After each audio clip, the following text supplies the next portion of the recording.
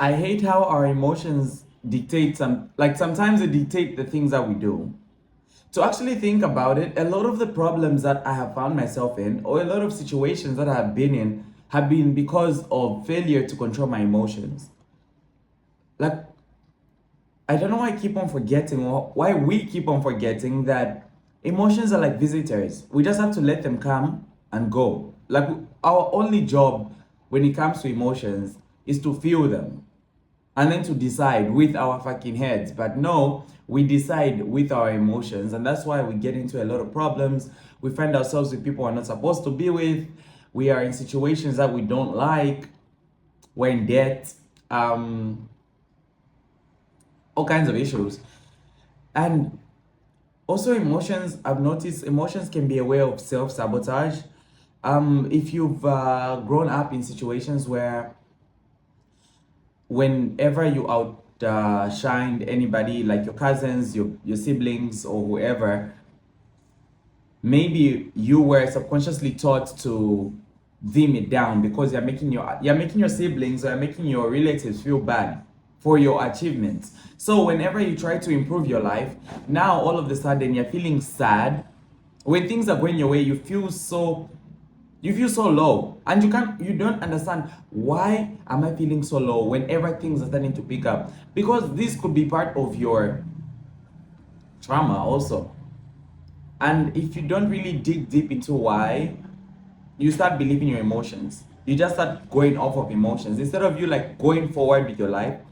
You let your emotions dictate you, because if you don't actually control your emotions, someone else is gonna control them for you. And the person that's gonna control the emotions for you, the thing is, you never know whether they're a good person or a bad person. That's why people are entering codependent relationships and they're asking themselves, I don't know why this person has got so much control over me. Because they control your emotions for you. I have met so many people, me included at some point, but like after I learned how to control my emotions, I started finding myself attracting other people who didn't know how to control their emotions. And I saw how easy it is for them to be manipulated. Not that I manipulated them, but I just saw, because I used to wonder, why is it easy for people to be manipulated? Why is it easy for me to be manipulated? And then I realized every time when I let someone else manage my emotions, they get into the driver's seat of my life. Because if I'm always around you and you're the one that always soothes maybe my pain, you're the one that always makes me feel a sense of happiness, you're the one that always makes me feel a certain kind of this, I get addicted to you because emotions are addictive. So once I get addicted to you and you notice and I'm addicted to you, it becomes very easy for you to make me do whatever you want me to do, because I, just like a drug, would do anything to keep you. It's it's so crazy. It's so freaking crazy. Like, if there's one thing that you need to master on earth, even before you start mastering how to make money, how to master anything else, it's how to control your emotions. The battle of self. Like, the hardest thing you can ever conquer, and the most confirmation noise. The most difficult thing you can ever conquer, and the most beneficial thing you can never invest into conquering is yourself. Because once you conquer yourself, nobody can control you. You control yourself, hence your outcomes. Everything. You become self-sufficient. You become like one of those countries that has got economy on hand. They make their own electricity. Their economy is like booming. They make their own food. They grow their own food, not make their own food. They have their own internet. They're exporting. You become like that. You become so self-sufficient that it becomes hard for somebody to try to even infiltrate your little gated community, your gated area, to come and fucking exploit you. Because why would I be exploited if I already give myself everything that I need? I don't feel lonely because I am always with myself. I've conquered self. So emotions, like bad emotions like loneliness, jealousy, envy, depression, they don't really have a grip on you once you get to know yourself, once you get to actually master your emotions and control them. You're finding yourself around people that you don't like. You're finding yourself in situations where you don't want to be in because you're failing to control your emotions. Whenever you feel sad, oh, you gotta go out. Whenever you feel anything, you want to numb it with somebody else. Every time you run away from those emotions in you, those uncomfortable emotions in you, you will find someone else who take care of that situation for you. It's like you're delegating parts of you to somebody else. That's why people know things about you that you don't even know about yourself, because you're delegating those alone moments to someone else. You're always finding someone else to numb that pain of you being alone. I will break this down in a way of every time we're alone, we're never really alone because we are with ourselves. That's why loneliness also in itself is also a whole thing. I won't talk about it today, but follow me, okay? When you're alone for long enough, certain things about yourself start resurfacing. They start coming to the surface. And the thing about human beings is, for us to heal emotional wounds, we don't really need a lot of stuff. We don't, like, to some extent, we don't even need pills or a therapist. Or what we need is just awareness to acknowledge that this happened, and it's okay that it happened, and you're willing to move on past that. Whenever I'd be alone, I'd be so uncomfortable that I had to go out and like party or like meet people because I just never wanted to face myself like that. The best way to know yourself, it's like when you know somebody, right? You meet somebody and you're spending time with them. The more time you spend with them, the more you know about them, the good and the bad.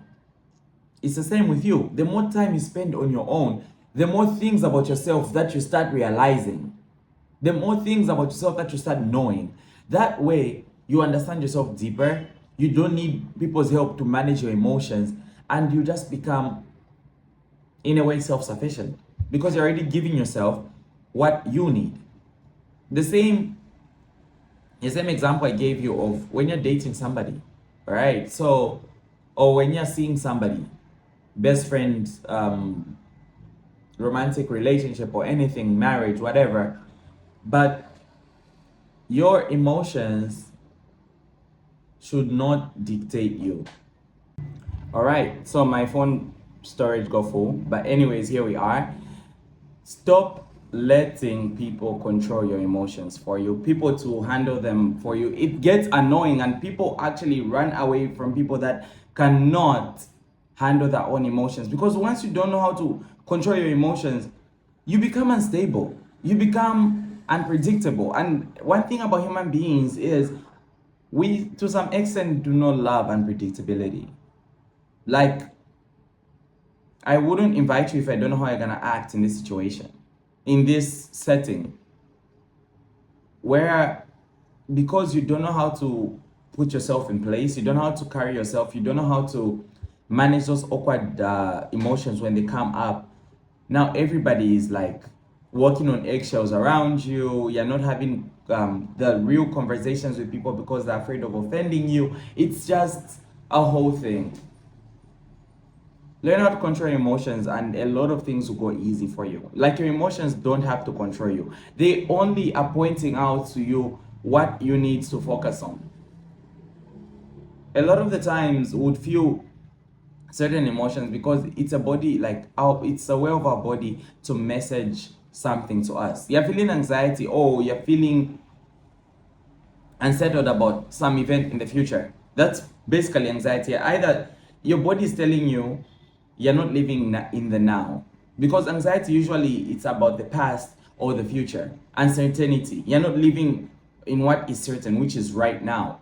So anxiety is your way of your body telling you to come back to the now, to come back to right now. Because if you actually look at it right now, you don't have any problem in this instinct.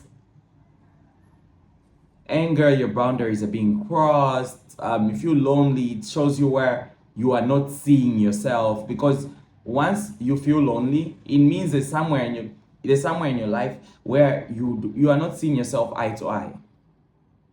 You are around people, but you still feel lonely. Instead of you just digging into that, digging yourself a grave or going deeper into that emotion and getting depressed, you actually change your environment. You start being around people that make you feel seen. You start being around yourself, see yourself more. That's how you get rid of loneliness. But no, for you, you are investing into that emotion. You're getting angry until you're punching people in the face, or you're getting lonely until you get depressed. You're getting anxiety until you're on pills, because you're not actually looking at it from a point of view of what are my emotions teaching me. You are not chained to emotions. Your emotions are only there as indicators. They're only there as notifications. Like, you get notifications all the time on your phone. When your phone is overheating, there's a notification. Instead of you doing something about the overheating, you are mad at the notification. Anxiety is not a disease, it's a symptom of something. So instead of you neglecting what the inner work, or what is like the bigger picture, stop fighting the symptom, in short. That's how you can work with your emotions to actually get to where you want to be. Instead of you just letting your emotions just like run wild. They're always teaching us something. And once you can get a grasp on that, life gets easier for you. Because lack of control of emotions makes people around you feel very uncomfortable. They are so uneasy. It makes you uneasy too, because you're like this owner of these rabid dogs that can break the chain loose at any time, and even you don't know how to control them. So how are your neighbors supposed to feel safe if you, the owner of the dogs, that can't even keep them in the yard? Learn to control your emotions, and a lot of things will go easy for you. Don't let your emotions overrun you, because at the end of the day, emotions are like visitors, in through that door and out again. Yeah, I am sad right now. The emotions are in. I'll sit with them. I'll see, where am I sad? Why am I sad? Okay, I analyze everything, and I don't let the sadness take me into some dark place. I just acknowledge the fact that I'm sad right now because of this. And I know I might cry about it, but in a few hours, even in a few days, can take days sometimes, I'm gonna be okay. You just have to realize that emotions are not putting you in a state forever.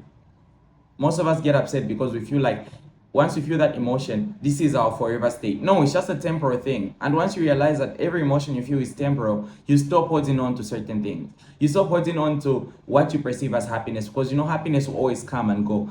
You stop holding on to anger, because you know you'll always feel better later. You stop romanticizing depression and anxiety. Stop holding on to these as well, because you know in a few days it's gonna clear. Yeah, it's like the Christians say, I may cry through the night, but joy comes in the morning. Perfectly stated. Emotions don't last forever, so don't let them control you. They are like visitors. Let them come in, let them show you where you're not paying attention, and let them go. Because at the end of the day, it's life's guarantee that we're all gonna die. It sounds very pessimistic, but don't be hung up on emotions. Don't be hung up on things that you can control. Let the emotions come in and let them go. Okay, love you guys so much. Wishing you a good week. Let's start Monday, and peace.